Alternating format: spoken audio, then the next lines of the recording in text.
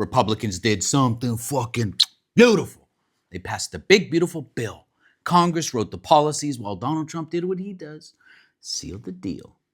And in the Donald we trust. It was bigly. It was beautiful. It's almost biblical. Inspired by the Almighty. Dollar. That's a 5. 2 by 2, they loaded billionaires onto brand new mega yachts, while the rest of us were flooded in debt and rising sea levels. But this is all compliments to you, my fellow Americans. You opened your hearts and pocketbooks to bless the needless. By increasing the national debt by trillions, we were able to provide much-needed handouts to whom Ayn Rand would call the greatest victims in our society, the rich.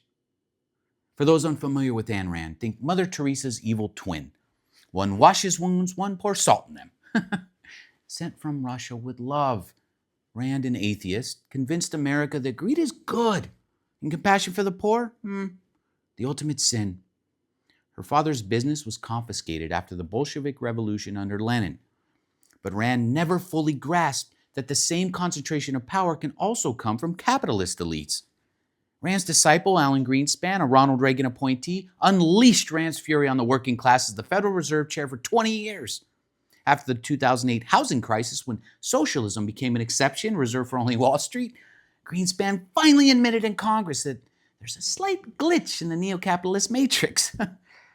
As the American public has slowly opened their eyes to this, the gospel of greed has become repackaged by Republicans as a gift from God. Love thy neighbor.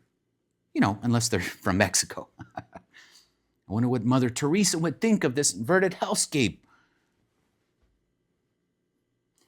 Gangster. Now, don't let your brain explode when I drop the math here. There are 333 million Americans. Of the $4 trillion added on to the national debt, about 900 American billionaires rake in roughly $1 trillion. That's 25% of the big, beautiful bill. Another 15% of that collection plate goes to foreign billionaires. That's 40% of the whole pie, enriching just billionaires. The remaining wealthy scoop up 55%. And us, the 90% majority of the population, we get, get this, less than 5%. Except after we pick up the tab for tariffs, we end up another potential 10% in the hole. For the corporate lobbyists who run our government, serving their creator, billionaires, was spiritual. Before the vote, Republicans locked arms in prayer, asking God for what Speaker Mike Johnson called divine guidance, so they could act with the strength and grace to starve children, eliminate cancer research, and strip healthcare from seniors. And then, probably ask God for forgiveness. Like Jesus, who turned water into wine by eliminating school lunches, these intermediaries of God, these prophets of profit, turned grape juice boxes into tears. Wow. Profiteers. Just for clarity, these are the guys who sell their souls, not save them.